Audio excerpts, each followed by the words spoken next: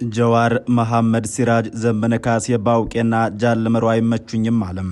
ጀዋር መሐመድ ሲራጅ በኦሮሚያ ክልል የሚንቀሳቀሰው አማጺ መሪ ጃልመሮና በአማራ ክልል የሚንቀሳቀሰው አማጺ መሪ ዘመነ ካሴ አይመቸኝም ሲል በይፋ ተናግሯል። ለኢትዮጵያ ሰላም ሲባል ግን ከሁለቱም ኃይሎች ጋር ተቀራርቦ ለመነጋገርና ለመስራት ዝግጁ መሆኑን በማስቀደም በአካሄድ ደረጃ ሁለቱም ኃይሎች አይመቹኝም ማለቱ ዛሬም ድረስ እንዳነጋገረ ነው። ክቡራን አድማጮች በራፍ ላይ ነው፣ አብረውን ይግቡ። ጀዋር መሐመድ የለውጡን መንግስት ከአማራ ኃይሎች የነጠቀ በሳል ፖለቲከኛ ስለመሆኑ የሚናገሩት በርካቶች ናቸው።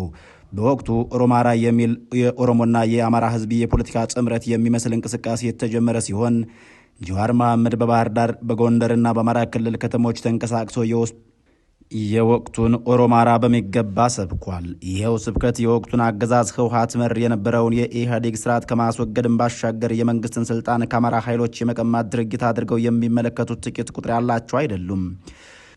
በጉዳዩ ላይ ኢትዮባይስ ያነጋገራቸው የአማራ ፖለቲካ በቅጡ ይገባናል የሚሉ አንድ ፖለቲከኛ ጀዋር መሐመድ በ2008 ዓ.ም የነበረውን ህዝባዊ ተቃውሞ ከቀለበሱና ተቃውሞም የኦሮሞን ህዝብ ጥያቄ እንዲመልስ ከሰሩ ሰዎች መካከል ቀዳሚው ነው ይላሉ። ጀዋር መሐመድ የታገለለት ያለው ለራሱ ለጀዋር ለኦሮሞ ህዝብ ሳይሆን ቀርቷል የሚሉት የፖለቲካ ሊቁ ዛሬ ላይ የመንግስትን ስልጣን በበላይነት የሚመራው ኃይል ብልጽግና ሁሉንም ኃይሎች በተለይ ጀዋር መሐመድ ሲራጅን በፎርፌ ያሸነፈበትና ከፖለቲካ ገበያው ያስወጣበት እንደነበርም ያብራራሉ። ለውጡ ላለፉት 50 ዓመታትና ከዚያ በላይ የታገሉትን የኦሮሞ ወጣቶች ጥያቄ መመለስ ይገባው እንደነበር ያነሱና ያ የኦሮሞ ወጣቶች ጥያቄ በጥቂት የፖለቲካ ኃይሎች ታፍኖ ለግል ጥቅም ዞሯል ይላሉ። በአንጻሩ ደግሞ በ2008 ዓ.ም ጀምሮ የተቀጣጠለው የአማራ ህዝብ አመፅ የወቅቱን ማዕከላዊ መንግስት ለመጣል አቅም የነበረው ቢሆንም የአማራን ህዝብ ለስልጣን የማብቃት አቅም አልነበረውም ባይ ናቸው። ምክንያቱም በወቅቱ አማራ ጀዋር መሐመድ ሲራጅን መሰል በሳል ፖለቲከኛ አልነበረውምና ባይ ናቸው። ጀዋር በኦሮሞ ወጣቶች በቄሮ በኩል ባህር ዳርና ጎንደር መጥቶ የውስጥ ዲፕሎማሲውን ሲያሳልጥ ጅማና ወለጋ ይሄዱ የነበሩት ደመቀ መኮንንና አምባቸው መኮንን እንደነበሩም ይናገራሉ።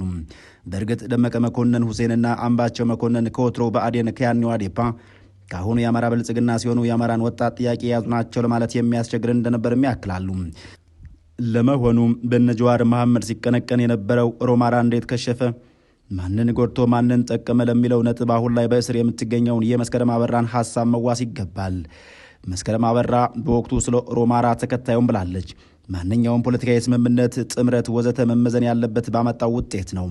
የአማራና የኦሮሞ ፓርቲዎች ምሁራን ያደረጉት ውይይት ኦሮማራ የተባለው ብዙ የተባለለት ነገር ምን አመጣ ብሎ መጠየቅ ውጤት የሚሻ ሰው ጥያቄ ነው።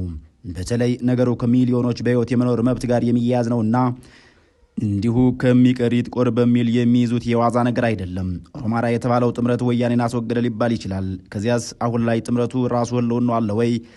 ህልውና ካለው ተፋፍሞ የቀጠለውን የአማራውን ሞት እንዴት በጥቂቱ እንኳን እንዲቀንስ አላደረገም? በክልሉ ያለውን የአማራ ሞት መቀነስ ብዙ ዓመታት ይፈጃል ከተባለ ከሃጫሉ ሞት በኋላ የተከሰተው አሰቃቂ ዘር ተኮር ግድያ ከተከሰተ በኋላ ኦሮማራ ይባል? የአማራና የኦሮሞ ምሁራን ወዘተ ህብረት ሞቱን ባያስቀርልን እንኳን ምን ያህል በግድያው አሰቃቂነት፣ ግፍነት፣ ወንጀልነት ላይ ተወያየ? እንደው በትንሹ ምን ያህል የሚዲያ ፍጆታ ወስዶ የነገሩን ወንጀልነት አወገዘም? የተጎዱትንስ ሄዶ አጽናንቷል? የት ወደቃችሁ ብሏል? ሌላው በጣም ወሳኙ ጥያቄ ኦሮማራ ነን ያሉትም ሆኑ የአማራና የኦሮሞ ምሁራን መድረኮችን ተካፍሎ የወጣ የኦሮሞ ምሁር ሆነ የኦህዴድ ባለስልጣን ሚዲያ ካገኘ በማግስቱ ነፍጠኛ ወራሪ ከማለት ወደ ኋላ ብሎ ያውቃልንም? በኦሮማራ ተአምር አመጣን የሚለው ሽመልስ አብዲሳ መስሎኝ መስቀል አደባባይ ላይ ነፍጠኛን ሰበርን ያለው ቢያንስ ነፍጠኛ ወራሪ የሚለውን የሞት ፊሽካ የመሰለ ንግግር ሊያስቆም ያልቻለ ድርድርም ሆነ ውይይት፣ ማህበርም ሆነ ጥምረት ፋይዳው ምንድነው ስትል ትጠይቃለች። እንዳው ዝም ብሎ መገናኘቱም ጥሩ ነው ከተባለ ሁለት የአንድ ሀገር ሰዎች ተገናኝተው ቀናትን አሳልፈው በመለያየታቸው ላይ ቅሬታ የለኝም። ግን ያለንበት ዘመን እንዲህ የሚያዝናና አይመስለኝም። እናም ትክክለኛው መንገድ ምንድነው ከተባለ ከኦሮማራ ጀምሮ ሌሎች ከዚህ ቀደም በአማራና ኦሮሞ መኳንንት መካከል የተደረጉ ጥምረቶች ምንድነው የፈየዱት ብሎ መገምገም፣ ከብዙ ውይይት ጥምረት በኋላም ነገሩ ፈቀቅ እንዳይል በማድረጉ ረገድ የትኛው ወገን ነው አሉታዊ ሚና የተጫወተው ያለው?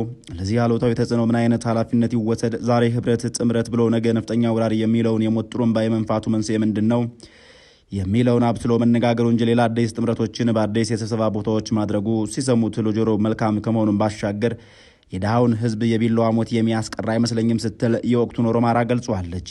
ከበራፍ ጋር ቆይታ ያደረጉት ፖለቲካዊ ሊቁ በበኩላቸው ጀዋር መሐመድ ሲራጅ ዘመነ ካሴ ባውቂ አይመቸኝም ማለታቸው የመንግስትን ስልጣን በአንድም ሆነ በሌላ መንገድ ከኦሮሞ ህዝብ እጅ ያወጣል በሚል ሊሆን ይችላል ሲሉ ይገልጹታል። በአንድ ወቅት ከዘጋቢው ጋር ቃለ መጠይቅ ያደረጉት እስክንድር ነጋም የኦሮሞ ፖለቲከኞች የያዙት መንገድ አፓርታይዳዊ ነው ማለታቸውን ዘጋቢው የሚያስታውሰው ሀቅ ነው። ኦሮሞ ጠቅላይ ሚኒስትር ከሆነ አማራ ምክትል ጠቅላይ ሚኒስትር ይሆናል እንደማለት ነው። የዚህ የስልጣን አወቃቀር መነሻው የህዝብ ብዛትን መሰረት ያደረገ ስለመሆኑ የሚናገሩም አይታጡም። በጥናትና በቁጥር የተረጋገጠ ነገር ባይኖርም በኦሮሞ ልሂቃኖች አንደበት የኦሮሞ ህዝብ ቁጥር በሀገሪቱ አንደኛው መሆኑ ይገለጻል። በተመሳሳይ መልኩ በጥናት የተረጋገጠ ነገር ባይኖርም የአማራ ልሂቃኖች በበኩላቸው የአማራ ህዝብ ቁጥር ከሀገሪቱ ቀዳሚ ነው ባይ ናቸው። የሆነ ሆኖ ጀዋር መሐመድ ዘመነ ካሴም ጃል መሮን ባካሄድ ደረጃ አይመቸኝም ማለታቸው ዛሬ ላይ ምንም እንኳን ኦሮሞ ሞቱ ባይቀርለትም የመንግስት ስልጣን በኦሮሞ እጅ ነውና መውጣት የለበትም ከሚል እሳቤ በመነሳት እንደሆነ ተወቅቶ ያደረ ፍሬ ነገር ነው ይላሉ። ራሱ ጀዋር መሐመድ አልጸጸትም ባሉት መጽሐፋቸው ከአርቲስት ሃጫሉ ሁንዴሳ ጋር የነበራቸውን ውይይት ባወሱበት ምዕራፍ ጠቅላይ ሚኒስትር አብይ አህመድ የጠቅላይ ሚኒስትርነት አቅም የለውም የሚሉ እንደነበር ገልጸዋል። አርቲስቱ በበኩላቸው ስልጣኑን ኦሮሞ የያዝ እንጂ ጠቅላይ ሚኒስትሩ ማንም ቢሆን ደንታቸው እንዳልነበር ይገልጽላቸው እንደነበር ከትዝብታቸው መካከል ስለመሆኑ አውስቶ ጽፈዋል። በእርግጥ እንደዛ የታገሉለት ለውጥ ለሁለቱም የበጃ አይመስልም። ዛሬ ላይ ጀዋርም ተሰዷል፣ ሃጫሉም ተገድሏል። ፖለቲካ በተለይ የኢትዮጵያ ፖለቲካ አስቀያሚ ጨዋታነቱ የሚጀምረው እዚሁ ጋር ነው። ከወቅቱ ኦሮማራ ቀንቃኞች መካከል አንዱ ደመቀ መኮንን ከመንግስታዊ ስልጣኑ ገለል ተደርጓል። ሌላው አምባቸው መኮንን ደግሞ ተገድለዋል። ከኦሮሞ በኩል የነበሩት ለማ መገርሳና ጀዋር መሐመድ ደግሞ ተሰደዋል። ስለ አምባቸው ግድያ እስከዛሬ ድረስ የጻፈ ጸሐፍት ባይኖርም የአርቲስት ሃጫሉን ግድያ በተመለከተ አልጸጸትም ባለው መጽሐፉ የጻፈው ጀዋር ተከታዩን ብሏል። የሃጫሉ ሁንዴሳ ግድያም በኦሮሞና በኢትዮጵያ ፖለቲካ ውስጥ እየተባባሰ የነበረውን ውጥረት በማፈንዳት አሁንም ድረስ ሀገሪቱን በየአቅጣጫው እየናጠ ወዳለው የእርስ በእርስ ግጭት የከተተ አሳዛኝ ክስተት ነው። ከአንደኛው የዓለም ጦርነት በፊት እንደነበረው የአውሮፓ ፖለቲካ ከሃጫሉ ሁንዴሳ ግድያ በፊት በኦሮሞና በኢትዮጵያ ፖለቲካ ውስጥ በተለይም በተለያዩ ወገኖች መካከል ያለው መቃቃር፣ ዛቻና ቅራኔ ከቀን ወደ ቀን እየተጠራቀመና እየተባባሰ ሄዶ አብጦ ነበር። የሃጫሉ ግድያ ያበጠውን ይኸውን የፖለቲካ ቀውስ አፈነዳው። የሃጫሉ ሁንዴሳን ግድያ ተከትሎ መንግስት በኦሮሞ ላይ የከፈተው እስራትና ግድያ በሺዎች የሚቆጠሩ ወጣቶች የትጥቅ ትግልን ለማድረግ ወደ ጫካ እንዲያመሩ ምክንያት ሆነም። በኦሮሞ ልሂቃንና በህዝቡ መካከል ከፍተኛ መሰንጠቅን ፈጠረም።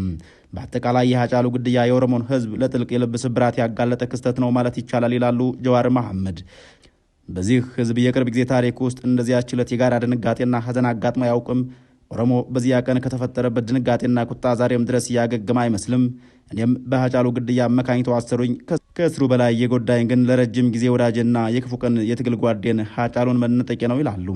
ሃጫሉን በሙዚቃው ያወቅኩት ኮሎምቢያ ዩኒቨርሲቲ ተማሪ ሳለሁ ነበር የሚሉት ጀዋር መሐመድ ሲራጅ በወቅቱ በቤቴና በዩኒቨርሲቲው መካከል በባቡር ስመላለስ ዘፈኑን ደጋግሜ በማዳመጥ መሰጣለሁ። ቤተ መጻሕፍት ውስጥ ሳጠናና ስጽፍ በሃጫሉ ዘፈኖች ራሴን አነቃቃለሁ በማለት ፖለቲከኛው ጀዋር አርቲስት ሃጫሉ ዛሬም ሞቶ በኦሮሞ ፖለቲካ ውስጥ ተቀባይነት ለማግኘት በሚመስል መልኩ ሊጠቀምበት ዳድቶታል። ፖለቲከኛው አክለውም አብይ አህመድ ጠቅላይ ሚኒስትር መሆኑን የተቃወምኩ ሰሞን ሃጫሉ ደውሎልኝ ለረጅም ሰዓት ተከራክረናል ይላሉ። ሃጫሉም ጠቅላይ ሚኒስትሩ ማንም ይሁን ማን ኦሮሞ ከሆነ መደገፍ አለብን የሚል ሀሳብ ነበረው የሚሉት ፖለቲከኛው አብይን አገኝቶ እንዳነጋገረው በመጥቀስ ሊያሳምነኝ ሞከረ። ጠቅላይ ሚኒስትር አብይ አሜሪካ በመጣ ጊዜ እንዳነጋገርኩትና የሽግግር አመራር መሆን እንደማይችል መገንዘቤን ነገርኩት ይላሉ። ከረጅም ክርክር በኋላም እሱ በድጋፉ እኔም በተቃውሞ ለመቀጠል ተስማማን። ባትደግፈውም ለኦሮሞ አንድነት ስትል በሚዲያ እሱ ላይ የምታደርገውን ተቃውሞ ቀንስ በማለት ሲማጸነኝ ችግር የለውም እንደውም አቆማለሁ አልኩት ይላሉ።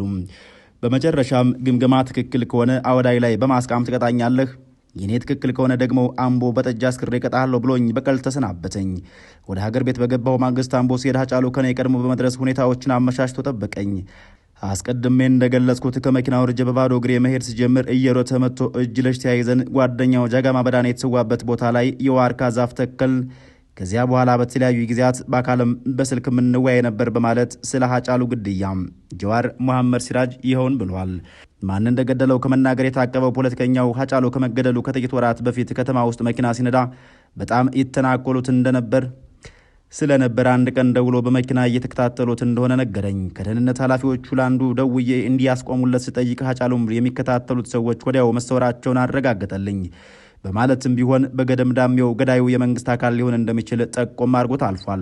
ታዲያ አርቲስት ሃጫሉ ሁንዴሳ የተገደሉበት ጀዋር መሐመድ ሲራጅ ቁማር የተበላበት የተወሰኑትን ቤተ መንግስት ከማስገባት ባሻገር ብዙ ተብሎለት የነበረው የቄሮ ትግል ዛሬም ያበቃ አይመስልም። በኦሮሞ ቄሮዎች ዘንድ በግንባር ቀደምነት የሚጠቀሰው ጀዋር ዛሬም የጠቅላይ ሚኒስትር አብይ አህመድን መንግስት ከሚታገሉት መካከል ነው። ጀዋር የጠቅላይ ሚኒስትር አብይ አህመድን መንግስት በነፍጥ ከሚታገሉት መካከል የሆነው ዘመነ ካሴም እንደማይመቸው ደጋግሞ ሲናገር ይደመጣል።